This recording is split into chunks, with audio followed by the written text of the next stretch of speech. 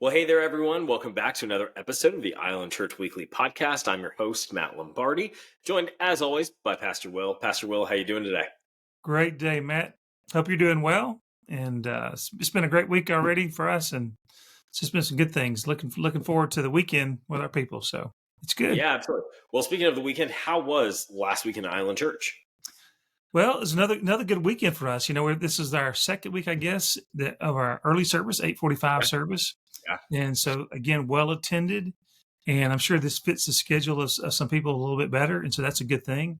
Just having the options just makes it yeah. worse. That preacher has to keep his time slot 8:45 though. Can't get much out of the box on that. So that if you want to know I've got to finish, 8:45 is your spot. Anyway, so that's going on. Then we've restarted our life group that Sandy and I've been giving some leadership to over at the Loftons here on Monday nights, and had some new people in the group that actually never been in a group before. And so that's that's a really good thing. And just the level of caring last night and sharing, it was really outstanding. And just God's timing. I mean, to listen to people say what they're going through and how things fit, it's just a God showing up. So Yeah. services went good, 8:45, 10 o'clock. And then our life group stuff, the women, the men, all that's going. We just had earlier on Tuesday, we had had our men's group. And so that just outstanding, some new people in there. And actually, they're just reaffirming us. I mean, they just said, hey, the church is so welcoming. Some of those people are just here for a short time and asked if Yeah. they'd come in. I said, of course you can.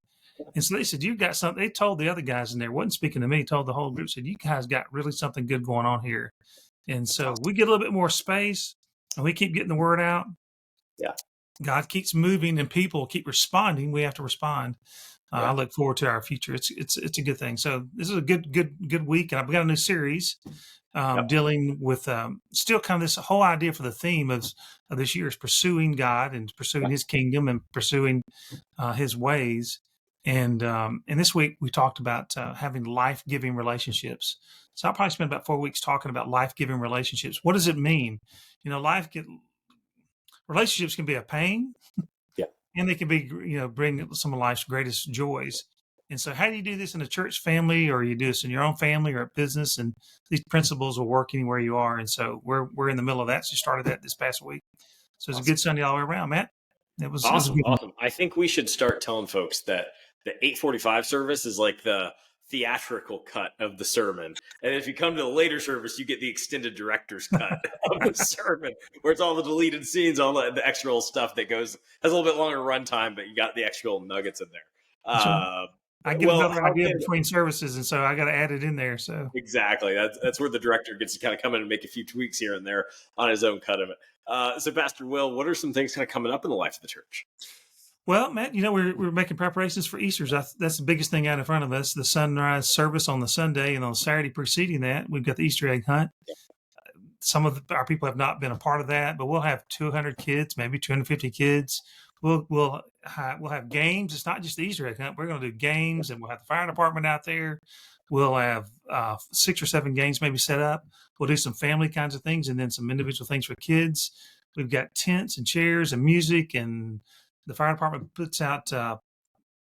They pop popcorn. They do snow cones, do all kinds of things with the kids, and then we have the Easter egg hunt a little bit later, and on the ball field. And so it's just a good time. And so people can register to participate in that and just help us. Actually, they can register to come, or they can participate. We're going to need people to actually give financially. We underwrite this, and we do a lot of it through our budget. But in terms of buying plastic Easter eggs and buying the candy, in the past, we've kind of say you guys buy the candy and bring it, but sometimes the Yeah. candy's too big or it's chocolate and it melts because we're in Florida.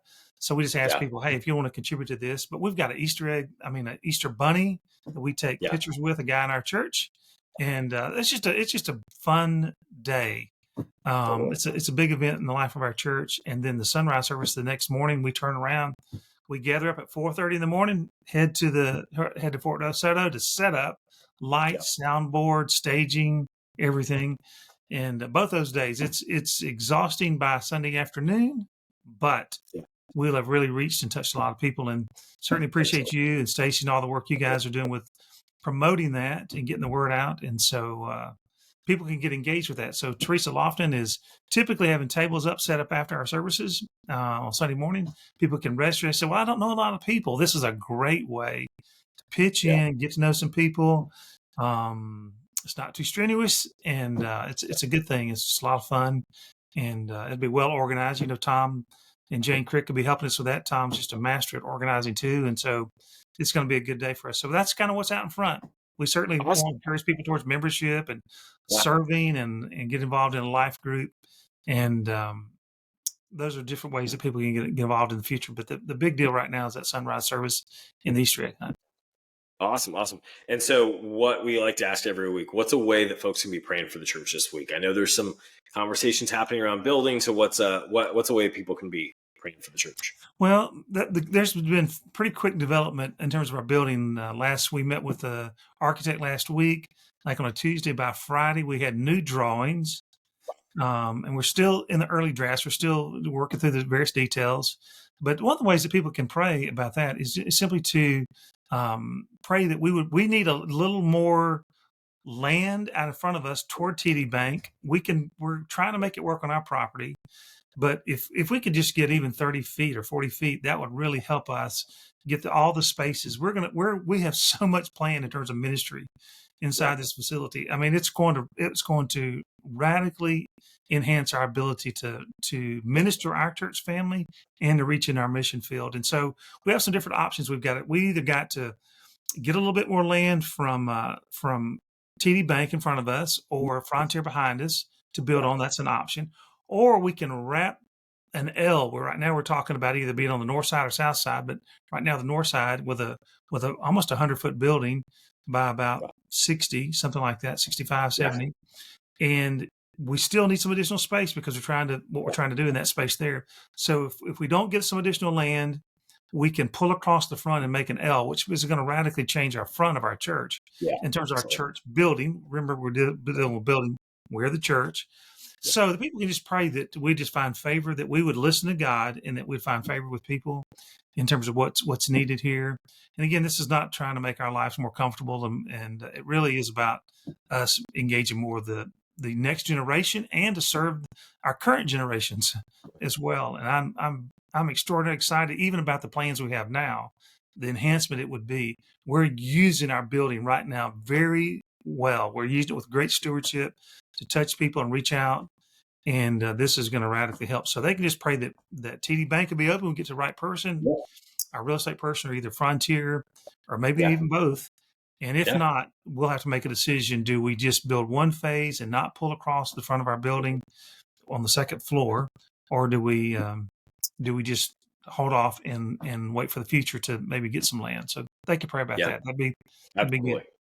That's on the big level, right? Obviously, we on a personal level, we want people engaged, and personally, we're pray for our guests to get engaged and assume some leadership in our church. So that's on a personal level. Yeah, absolutely. That's great. Yeah, especially when there are big things like this. God can work in any way, shape, or form, and oftentimes how we expect things to go is not God's plan for some of these bigger building kind of processes. And so many churches I've been a part of, I know you as well, it's always seems to be just a act of God when it happens. We set our plans and then God says, no, I got something better I'm going to show to you. And so, folks praying for that God will show up is huge, huge for our church. So Pastor Will, thank you so much for taking the time. Got one more. Yeah.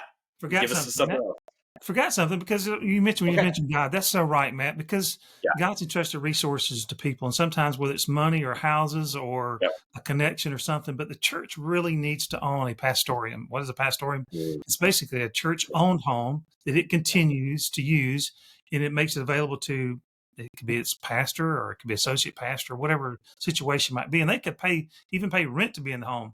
But as you know, in today's market, the idea of most pastors being able to come and to live out on the island or in the surrounding areas, it's just not feasible financially. And so this would be a big gift. Somebody could make a 50-year impacting gift with a gift of a home, a condo, or money towards a home. Again, it's not my personal highest priority, but in terms of the church, I don't want to squelch somebody maybe that's listening to God about this and trying to wonder what they're going to do with the resources. I don't know anything that could do better, that you're going to provide housing, which either reduces the load on the church's financial debt or it helps the ministry. Either way you want to look at this makes no difference. It amounts to the same thing, that you can make a 50-year impact with that, to actually put a person on the island to engage in a day-to-day. Their patterns of walking, their patterns of engaging. Sandy and I live off just an apartment, just not that very far off. But if we were actually on the island, or somebody else in the future, 10 years or 20 years from now, what makes no difference, that would really be the most ideal situation for the church. So maybe you have resources, maybe you know someone, maybe condo, house, something to help the church in this way. That's also part of our bridge to the future, because we're thinking about not just ourselves, but the church as it moves forward. So Absolutely. thanks for Absolutely. having me. No, that's all those big God-sized things that only he can do. That's kind of stuff that we want to be praying for in this Bridge to the Future campaign. So, Right. Pastor Will, thanks for bringing that up. Thanks for sharing your heart today and kind of letting us know what's going on in the life of the church. And as always, we will see you all back here next week.